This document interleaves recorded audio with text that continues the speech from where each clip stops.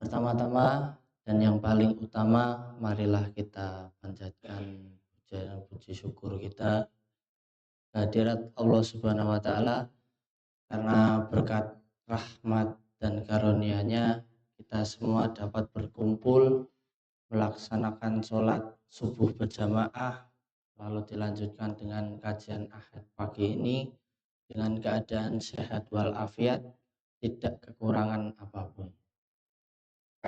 Salawat serta salam kita aturkan pada junjungan kita Nabi Agung Muhammad SAW. Semoga kita semua mendapatkan syafaatnya nanti di yaumul qiyamah. Amin amin ya rabbal alamin. Di sini saya hanya akan menyampaikan apa yang saya dapatkan dari sebelum-sebelumnya. Materi yang akan saya sampaikan pagi hari ini mengenai filosofi salah satu punokawan atau di dalam pewayangan itu abdinya para ksatria. Punokawan itu adalah tokoh yang langsung diciptakan oleh Kanjeng Sunan Kalijogo yang sebelum-sebelumnya atau di mitologi manapun itu belum ada, entah itu di Hindu atau di Jawa itu belum ada. Nah, mengapa Sunan Kalijogo itu menciptakan tokoh punokawan untuk menjembatani atau sebagai sarana beliau dakwah dulu pas zamannya Sunan Wali Songo. Nah, tokoh yang akan saya bahas kali ini adalah Semar. Semar itu adalah bapak dari Gareng, Petruk, dan Bagong. Nah, tokoh Semar ini memiliki pesan tersirat ketika Sunan Kalijogo itu membuatnya. Nah, pesan tersirat tersebut dicorek atau dibuat menjadi salah satu karya seni, menjadi wayang sebagai sarana dakwah beliau untuk menyebar atau menyebarluaskan agama Islam di zaman dulu. Nah, Semar memiliki arti atau dari kata sengsem dan samar. Sengsem yang berarti suka atau senang, dan samar yang berarti gaib, yang memiliki arti atau makna mencintai hal yang gaib.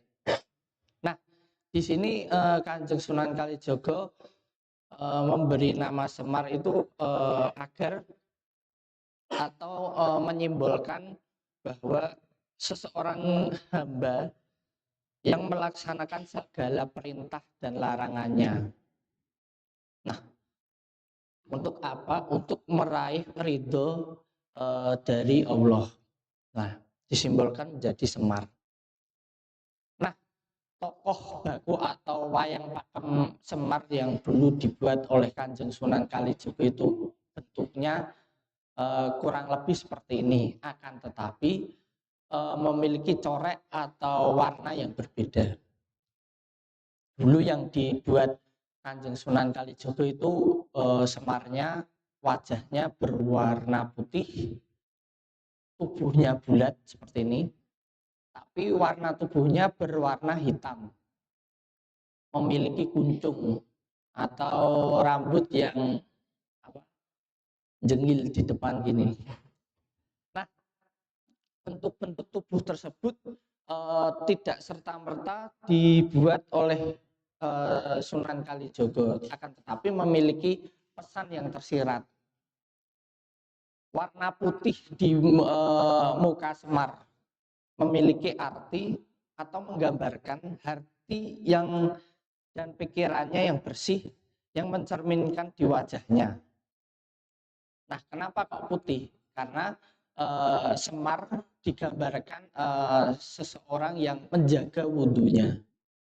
Nah, Orang yang menjaga wudhunya, orang yang selalu bersih lahir dan batinnya. Dan orang yang menjaga wudhunya termasuk juga menjalankan sunnah Rasul. Dan itu termasuk juga tergolong pada orang-orang yang atau golongan al-mutatahhirin, yaitu orang yang dicintai Allah. Nah, manusia yang tidak lepas dari wudhunya adalah setiap saat ia menjaga pandangannya, pendengarannya, perkataannya, hatinya, dan pikirannya dari hal-hal yang membatalkan wudhu secara hakikat. Maka dari itu, wajahnya akan terpancar sinar kebaikan, keramahan, ketenangan, dan kenyamanan yang dilambangkan dengan warna putih di wajah Semar.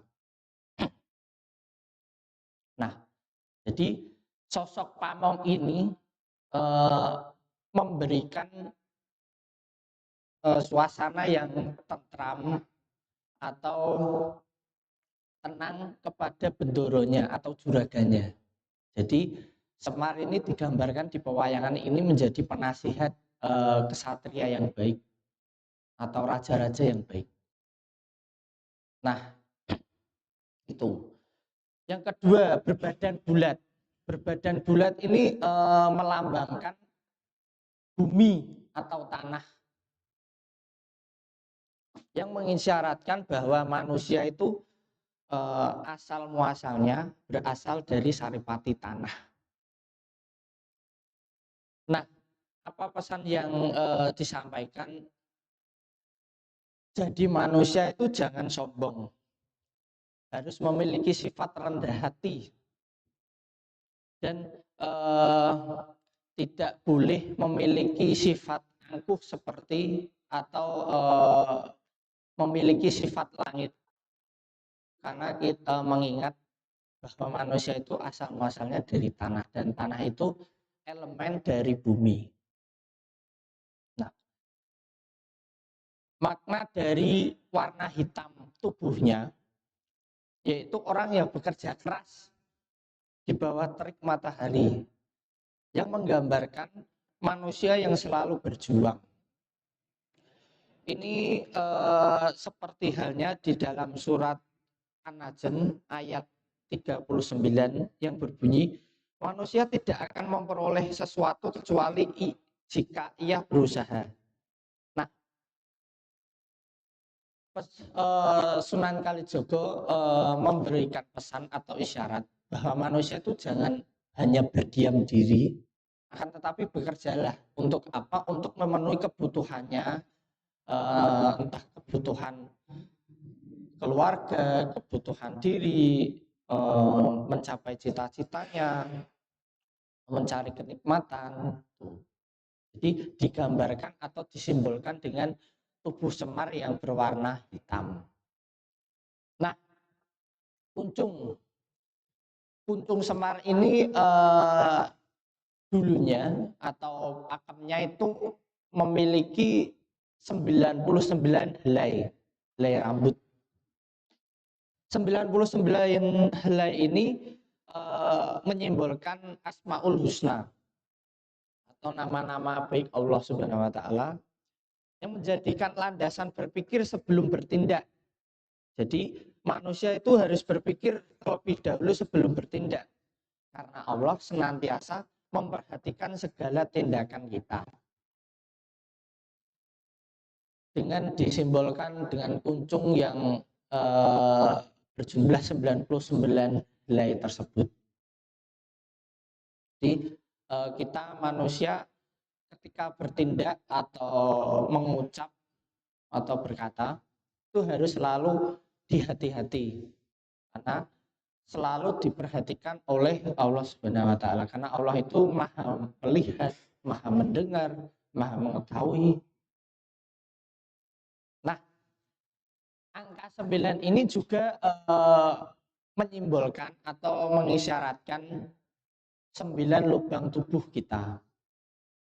2 lubang mata, 2 lubang hidung, 1 mulut, 2 lubang telinga, 1 lubang kelemaluan, 1 lubang dubur, itu memberikan pesan bahwasanya besok ketika kita sudah sampai di yaumul hisab, itu 9 lubang tersebut yang akan menjadi saksi segala perbuatan kita di dunia ini nanti, dengan dilambangkan 99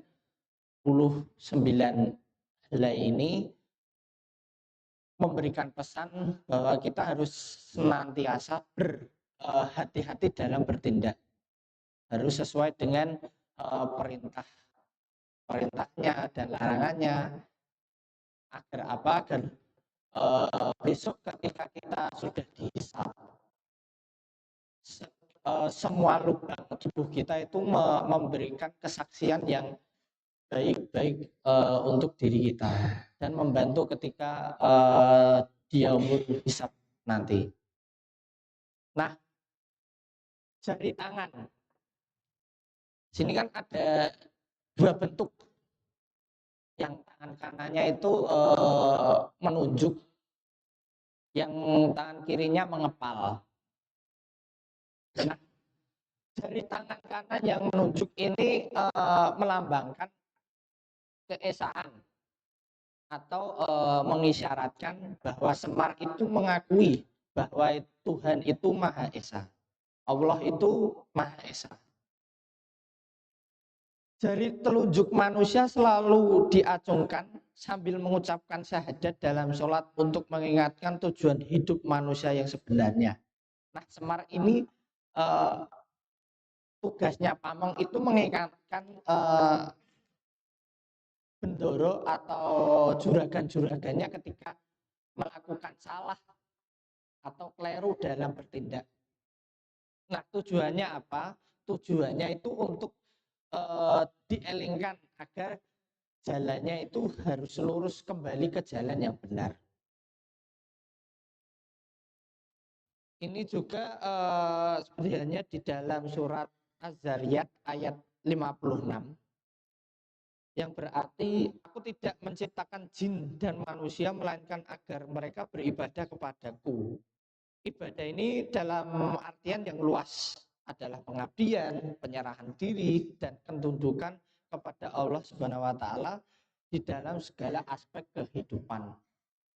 Nah, disimbolkan dengan jari telunjuk kanan Semar yang mengacung. Nah, itu juga sudah melambangkan bahwa Semar itu mengabdi ke Tuhan atau hamba yang taat pada Tuhan.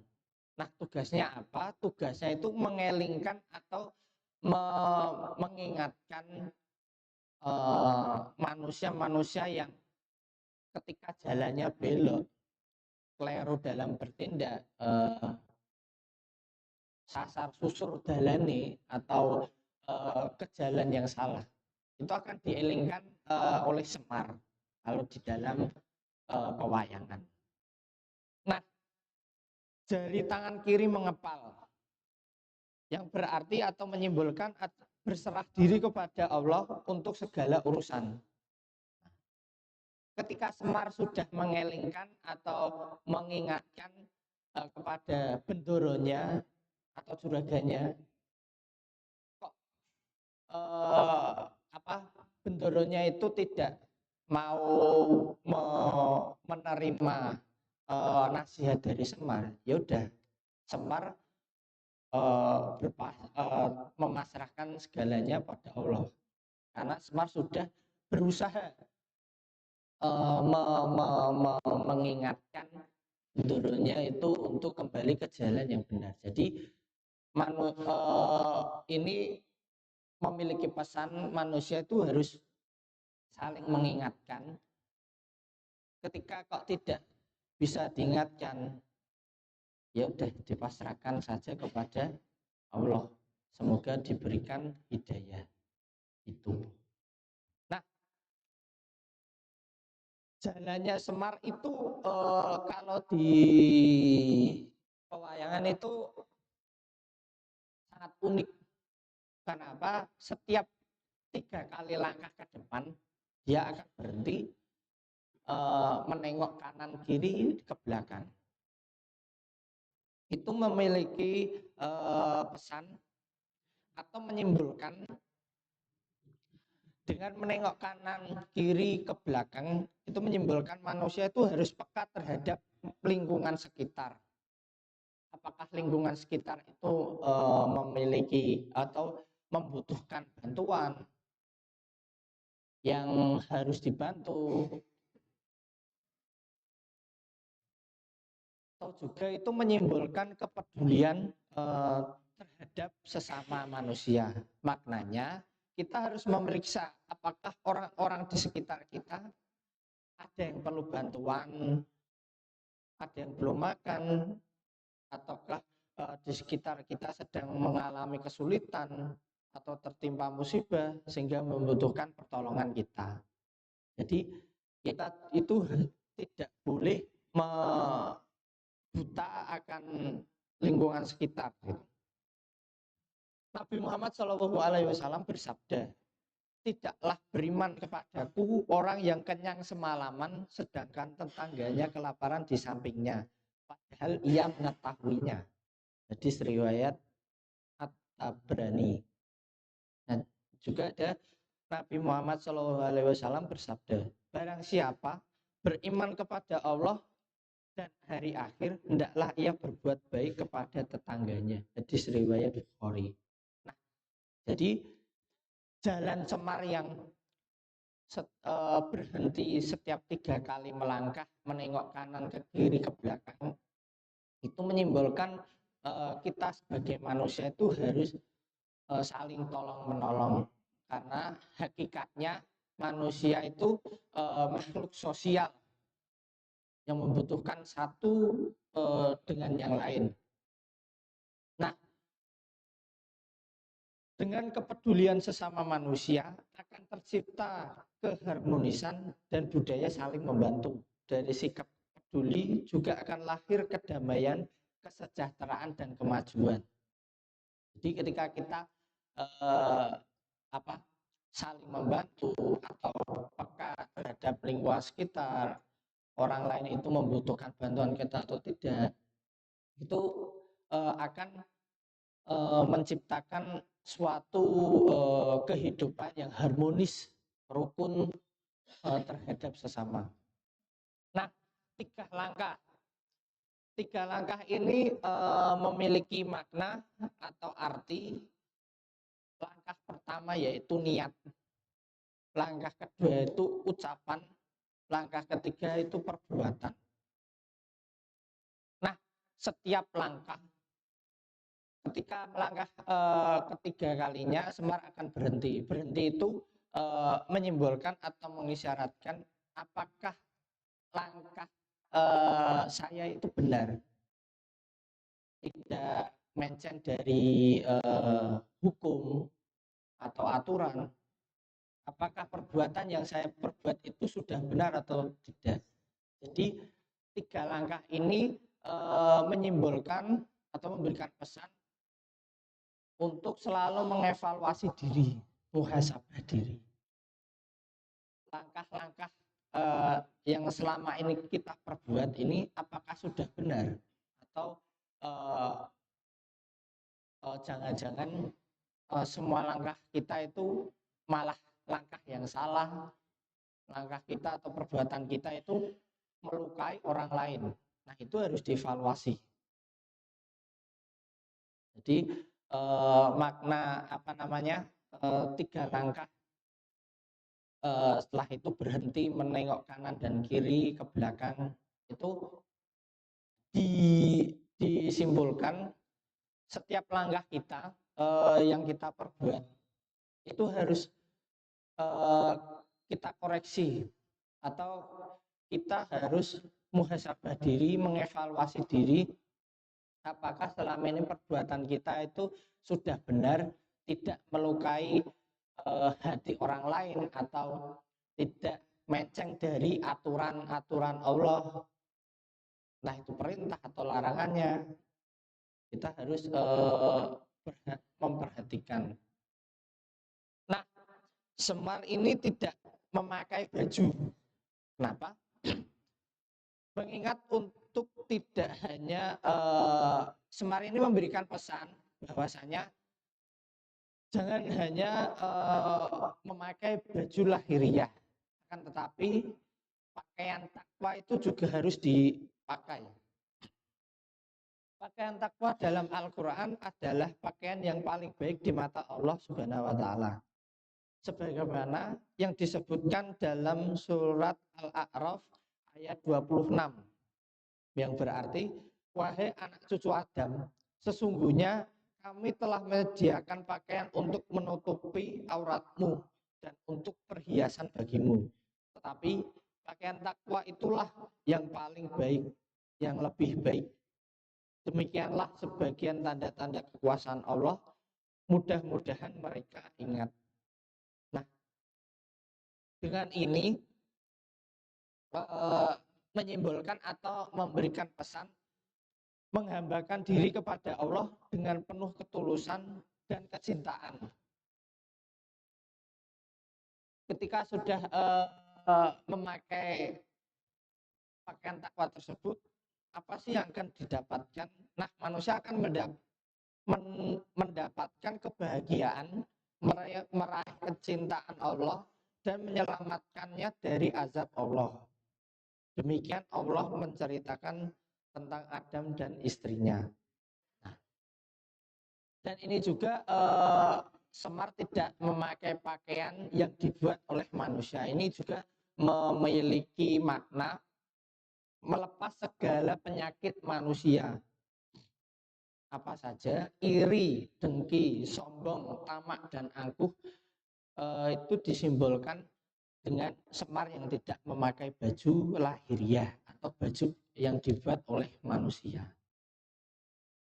Nah, dan yang terakhir, Semar itu setiap mau berkata itu atau ngomong itu memiliki ciri khas.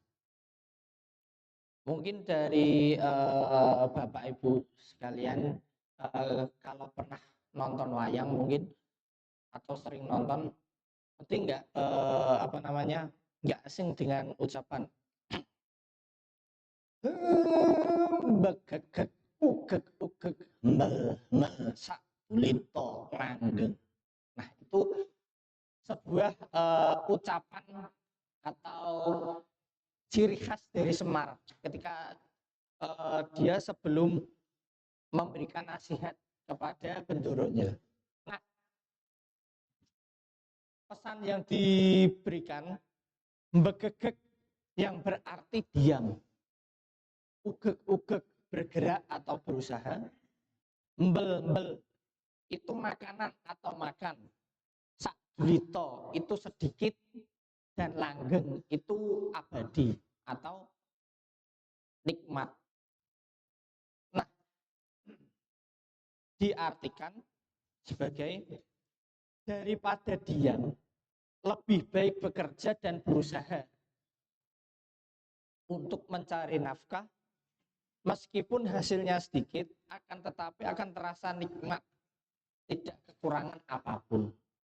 Itu pesan yang disampaikan oleh Semar di dalam ciri khasnya atau ucapan Semarnya. Nah, Semar berpesan, jadi manusia itu jangan berpangku tangan atau berdiam diri menunggu hasil, karena tidak akan menghasilkan apapun. Bekerjalah atau bekerja, berusaha untuk apa? Untuk mencari nafkah. Kalau pelajar ya belajar untuk mencapai cita-citanya. Untuk yang sudah berumah tangga ya mencukupi kebutuhan keluarganya. Meskipun hasilnya sedikit, itu akan terasa nikmat atau langgeng abadi. Dengan syarat bekerja dengan yang halal dan baik. Nah, itu hasilnya akan terasa nikmat meskipun sedikit. Mungkin kalau yang masih sekolah atau masih tahap belajar itu, meskipun ilmu yang didapatnya sedikit, akan tetapi kalau lama-lama ilmu tersebut diasah, didapatkan, kan lama-lama menjadi banyak dan paham. Nah, semar ini juga ada yang berwarna kuning atau emas seperti ini. Itu melambangkan manusia yang telah berserah diri sepenuhnya kepada Allah, tawakal. Ada sebuah lakon, itu lakonnya berjudul Semar Kuning. Itu menceritakan ketika Semar berusaha mengingatkan Prabu Kresna yang telah berlagak angkuh, sombong, melakukan tindakan yang tidak sesuai dengan syariatnya, itu diingatkan oleh Semar. Akan tetapi peringatan atau nasihat dari Semar itu tidak digubris oleh Prabu Kresna. Akhirnya Semar memasrahkan atau telah berpasrah diri kepada Tuhan untuk segala nasib yang diterima oleh Prabu Kresna, karena Semar sudah berusaha untuk mengingatkan Prabu Kresna yang bertindak tidak pas atau tidak trep menurut Semar. Nah, itu Semar berubah menjadi kuning. Yang sebelumnya berwajah putih atau berbadan hitam, itu menjadi berbadan emas dan berwajah emas. Nah, ini melambangkan manusia yang telah berusaha dan hasil akhirnya itu dipasrahkan oleh Tuhan. Nah, itu sedikit yang dapat saya berikan atau dalam filosofi karakter Semar ini, karena di dalam pewayangan Semar dilambangkan sebagai pamong, teman bercerita, teman mengadu, teman diskusi, teman untuk mempertimbangkan segala urusan. Itu ketika Semar digambarkan di pewayangan, jagat pewayangan. Sebenarnya semua tokoh wayang itu menggambarkan diri kita di dunia ini yang memiliki berbagai macam watak, mulai dari yang baik, jahat, yang keji, sombong, itu digambarkan di dalam jagat pewayangan yang setiap corekan atau warna bentuk tubuhnya itu memiliki arti yang berbeda-beda. Nah, itu mulai yang mukanya berwarna merah itu memiliki arti orangnya suka marah. Ada yang berwarna emas atau hitam itu memiliki arti orang yang sabar atau teduh dalam berbicara. Itu filosofi dari tokoh pewayangan Semar, dan saya hanya menyampaikan apa yang saya dapatkan selama ini, karena dulu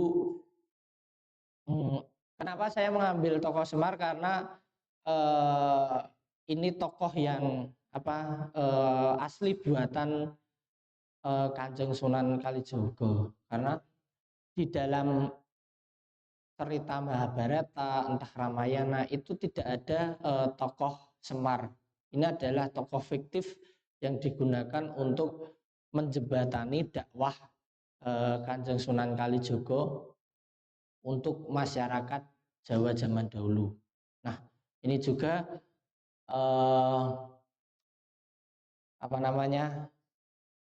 tokoh yang inspiratif dan memiliki banyak pesan di bentuk tubuhnya, di sifat-sifatnya, di tindak tanduknya atau perilakunya, itu memiliki pesan yang baik kepada manusia.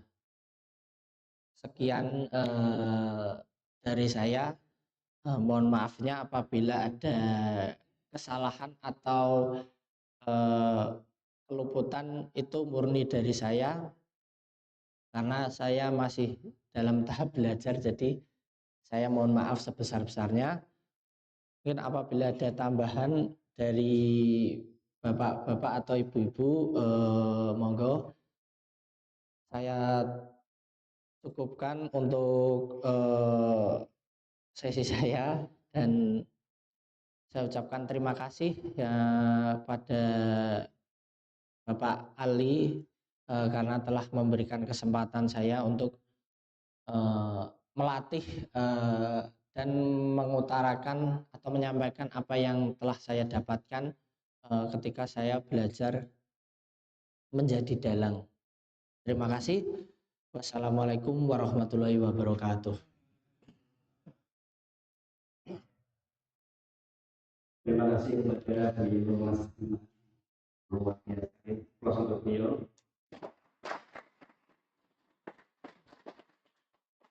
Bapak Ibu, di dalam berdakwah memang kita butuh sama kesulitan.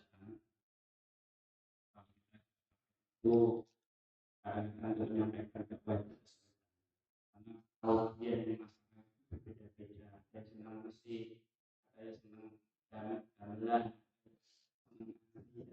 Kalau kita cara-cara media itu dengan apa yang dibutuhkan masyarakat untuk menyampaikan dakwah. Dan luar biasa Mas ini sudah menyampaikan tentang filosofi semua. Salah satu yang saya tangkap tadi luar biasanya, semua itu wajahnya putih. Iya, Pak. Kalau dalam Islam itu orang yang menjaga wudhu itu salah satu sunnah Rasul yang didawamkan Rasul. Ya, dan besok di hari kiamat orang yang wudhu itu wajahnya putih. Namun di sini ketika kita memahami wudhu itu hanya sebatas membersihkan hadas kecil. Mari kita pahami wudhu itu dari bahasa Arab. Wudhu, wudhu itu artinya berpisah. Jadi memisahkan selain dari Allah. Jadi kalau di Quran surah Al-Maidah ayat 6 itu, kalau dalam berwudhu ada 4 yang harus diusap. Yang pertama, bagsilu wujuhakum, membasuh muka. Kemudian wa aydiyakum ilal marafiqi, membasuh tangan sampai siku. Kemudian wamsahu bi ru'usikum, mengusap kepala, menyapu kepala, bukan membasuh. Kemudian wa arjulakum ilal marafiqi, membasuh kaki sampai mata. 4 hal ini setelah bersih dari hadas kecil, itu 4 hal anggota badan ini dalam melakukan segala aktivitasnya sebagai apapun, dimanapun, itu harus berpisah dengan selain Allah. Jadi kalau pas membasuh muka itu, pandangannya itu yang baik-baik, luar biasa. Kemudian membasuh tangan sampai siku, artinya ketika kita melakukan aktivitas tangan itu betul-betul yang dilakukannya itu perintahnya Allah. Selain perintahnya Allah enggak. Kemudian mengusap kepala, mindset kita ini berpikirnya itu hal-hal yang diridhai Allah, hal-hal yang diperintahkan. Jadi tidak pernah sudon. Kemudian membasuh kaki, bagaimana kaki ini melangkah kemanapun, dimanapun berada, itu kepada hal-hal yang diinginkan Allah. Ini luar biasa. Ini menjaga wudhu seperti itu. Tidak sebanyak untuk batal wudhu lagi. Tidak seperti itu. Namun perilaku kita, anggota tubuh yang kita wudhu dipisahkan dari selain Allah. Luar biasa ya. Juga kita menunjukkan pengabdian kita kepada Allah. Dimanapun kita berada, mengabdi. Kalau ritualnya sholat berhadapan dengan Allah, tapi ibadah sosialnya luar biasa. Demikian luar biasa ya. Monggo Bapak Ibu yang kira-kira ada masukan dari materi yang disampaikan Mas Bima tadi, atau mungkin ada tambahan, dipersilakan. Mungkin dari Pak Bambang.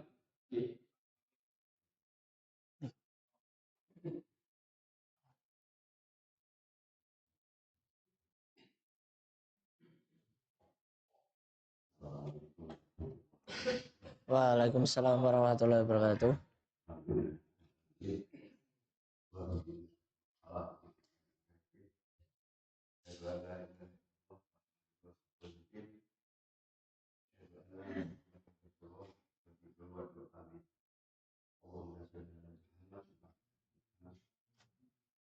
Yang kami hormati